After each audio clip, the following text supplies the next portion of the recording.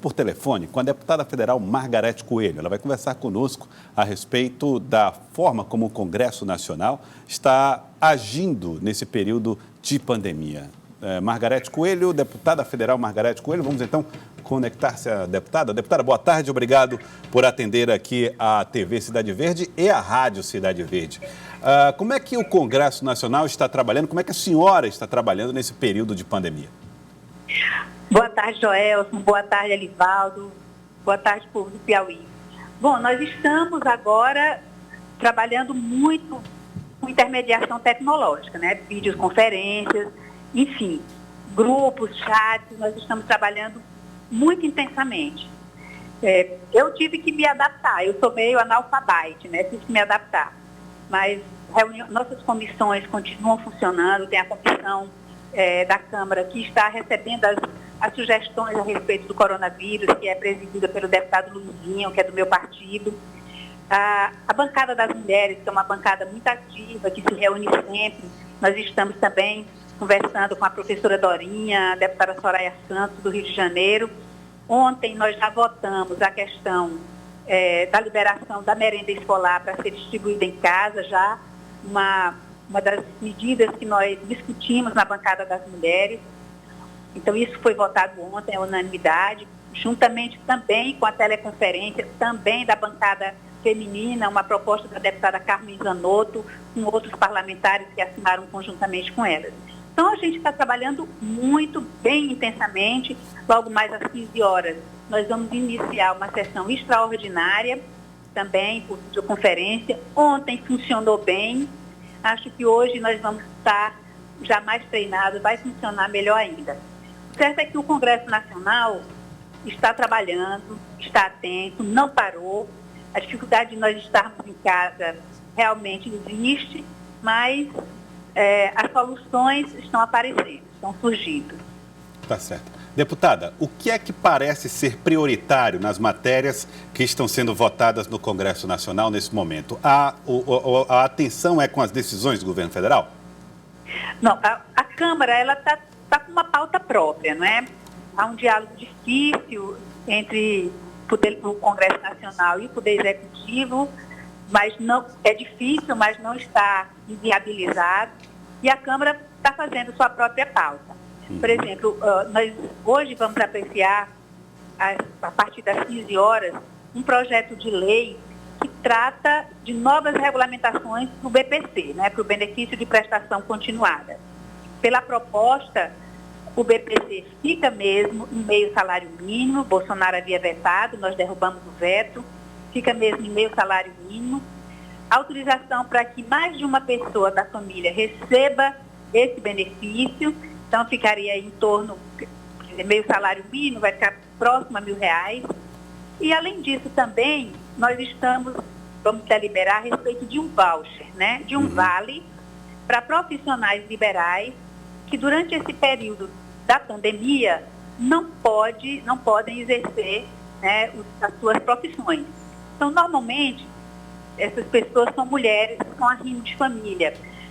Pessoas que são diaristas, que vendem bolo, salgadinho, esses que estão, ou essas que estão na economia informal. Então, nós estamos debatendo, o presidente Rodrigo Maia está intermediando essa conversa com a equipe econômica para ver os impactos e até quanto o orçamento suporta para que nós possamos votar isso hoje à tarde. A nossa proposta é de que seja de R$1.000 esse voucher. O voucher de R$1.000. Deputada, vou aproveitar que a senhora, além de ser deputada federal, é uma brilhante advogada. Queria fazer aqui comentar a manchete nesse momento da Folha de São Paulo, onde o ministro Moraes, do STF, suspendeu a medida de Bolsonaro que restringiu o acesso à informação. Essa é a manchete nesse momento da Folha de São Paulo, dizendo que o ministro Alexandre de Moraes, do STF, suspendeu o efeito da medida provisória editada pelo presidente Jair Bolsonaro, sem partido, que crava limitações ao acesso à informação. Moraes afirma que a norma assinada pelo presidente não estabelece situações excepcionais e concretas, impeditivas de acesso à informação. Como é que a senhora observa essa decisão, deputada? Olha, realmente, mais uma vez, um pouco de falta de diálogo, né? Veja, nós estamos numa situação de calamidade sim, estamos com uma pandemia, mas nada que autorize, por exemplo, a flexibilização dos direitos do cidadão à comunicação. Não só a se comunicar, mas também a privacidade da sua comunicação. O que justifica, por exemplo, num momento como esse, a possibilidade de alguém entrar nos meus e-mails, abrir minha correspondência, enfim, não há nada que se justifique nesse sentido. E tanto não há que a própria medida provisória é muito carente de fundamentação. E foi isso que reconheceu o ministro Alexandre de Moraes. Então, nós estamos em contenções em outras áreas, mas a comunicação, ao contrário. A comunicação ela tem que estar atuante, nós precisamos disso, e não há por que flexibilizar o sigilo da informação das correspondências privadas. Elivaldo Barbosa tem perguntas, deputada. Olá, deputada, boa tarde. Deputada, nesta primeira semana de confinamento, de isolamento social, ruas vazias, comércio sem funcionar e também de cancelamentos importantes, de eventos importantes. O mais visível foi os Jogos Olímpicos lá de Tóquio. E o debate aqui do Brasil sobre as eleições acabou também tomando conta de certos setores aí do Congresso Nacional. O que é que a senhora acha dessa possibilidade de alteração das regras eleitorais em função da pandemia a ponto de comprometer o calendário eleitoral que já está em vigor no país? Olha, Elivaldo, eu acho o seguinte, acho prematuro nós estarmos tratando disso agora. Acho que quando você fala de processo eleitoral, ou seja, algo essencial no jogo de poder, na alternância de poder, você termina transferindo o foco completamente para isso. Acho prematuro se falar. Mas, em se confirmando o cenário, por exemplo, um cenário posto pelo ministro da Saúde, do Mandetta, de que talvez só por agosto a gente tenha o achatamento da curva da pandemia, eu acho que nós, flexibilizando ou encurtando alguns prazos, nós conseguiremos fazer sim o processo eleitoral. Hoje o nosso processo eleitoral, quer dizer, a campanha efetivamente são 45 dias. Então não há você encurtando o prazo de registro de candidatura, ninguém precisa de 10 dias. Normalmente os partidos fazem os registros no último dia. Mesma coisa com a convenção, não precisa 15 dias para fazer a convenção. Os partidos geralmente fazem os 2, 3 últimos dias. Então você, encurtando os prazos, fazendo a concentração dos atos de campanha, eu acho que nós conseguimos sim realizar esse processo eleitoral. Mas se ele se apresentar como inviável, se nós adentrarmos aí por volta de setembro, realmente eu acho que prorrogar o prazo para a realização da campanha. Talvez fazermos eleições lá por dezembro, o segundo turno por janeiro, enfim. É importante demais para a democracia a questão da alternância de poder. É importante demais. E olha que nós temos excelentes gestores atualmente aí na gestão. Mas o quadro é muito variado. Tem os que foram já reeleitos, os que não foram, como faz? Os que já foram reeleitos, prorroga o mandato por mais 2 anos, vamos ter um mandato tampão. Esses que não foram reeleitos vão ter direito à reeleição, e aí, nesse caso, ficarem com 10 anos de mandato. Como fica? Então, é um debate muito profundo. E eu realmente estou preferindo acompanhar mais as questões ligadas às emergências do coronavírus. Acho que a eleição a gente pode ter um pouquinho de paciência. Se todas as medidas do Ministério da Educação, do Ministério da Saúde, todas as medidas dolorosas que os prefeitos, que os governadores estão adotando, eu espero que elas deem resultado e nós, em agosto, já estejamos retomando com normalidade, inclusive o processo eleitoral. Bom, deputada, eu queria que a senhora permanecesse na linha aqui conosco, porque hoje teve uma movimentação política, apesar do Covid-19. Nós temos imagens aí do ex-prefeito Silvio Mendes, que assinou ficha de filiação hoje ao Progressistas. O ex-prefeito Silvio Mendes, que era do PSDB, estava sem partido, foi prefeito da capital, se colocou à disposição para uma candidatura a vice-prefeito de Teresina. Hoje, tornou-se um filiado do Progressistas mais uma vez. Ele que já esteve no partido. O senador Ciro Nogueira, presidente do Progressistas, comentou a movimentação política. É com muita alegria que informo a filiação do ex-prefeito de Teresina, Silvio Mendes, ao Progressistas. O ato foi simples e fechado por conta da pandemia do coronavírus. Mas a grandeza dessa filiação nos enche de orgulho e alegria. É a volta de um grande amigo, de um grande homem público, de um grande administrador ao nosso partido. Dou as boas-vindas ao Silvio Mendes com a certeza de que ele vem para se somar a um projeto muito importante para 2020 e para 2022. Um projeto de seguir uma excelente gestão na nossa capital. Um projeto de recolocar o nosso Piauí em uma trilha de progresso social e econômico. Silvio Mendes foi um grande prefeito e é um grande homem público. Ele soma, ele nos amplia os horizontes. Um grande companheiro para os nossos projetos presentes e futuros. Tá, então, essa é a fala do presidente do Progressistas, Elivaldo Barbosa.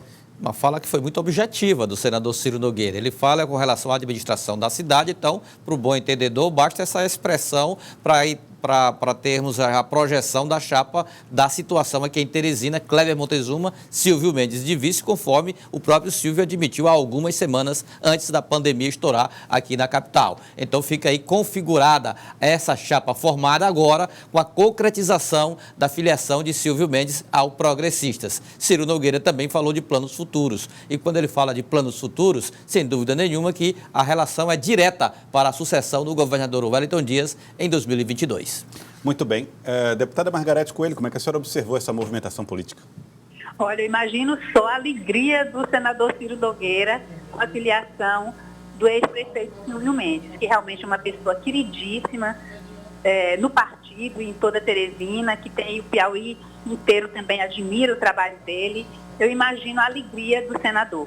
E claro, mais uma vez, o senador, realmente a filiação, ela está cumprindo o prazo de filiação, que, segundo decisão do TSE, não foi flexibilizado. Então, é bom que todos fiquem alerta que o prazo de filiação continua o mesmo, não houve alteração. E lamentar não ter podido participar deste momento de corpo presente, mas vibrando e dando também, me juntando ao senador, as boas-vindas ao ex-prefeito Silvio Mendes. Tá certo. Eu quero agradecer a senhora, deputada. Muito obrigado pela atenção, deputada Margarete Coelho. Obrigado por atender aqui a TV Cidade Verde e a Rádio Cidade Verde também. Muito obrigada. Eu que agradeço. Um abraço a todos. Muito obrigado, deputada. Bom, Elivaldo Barbosa, existe uma movimentação acontecendo apesar desse período de pandemia, né, Elivaldo? É verdade, Joel.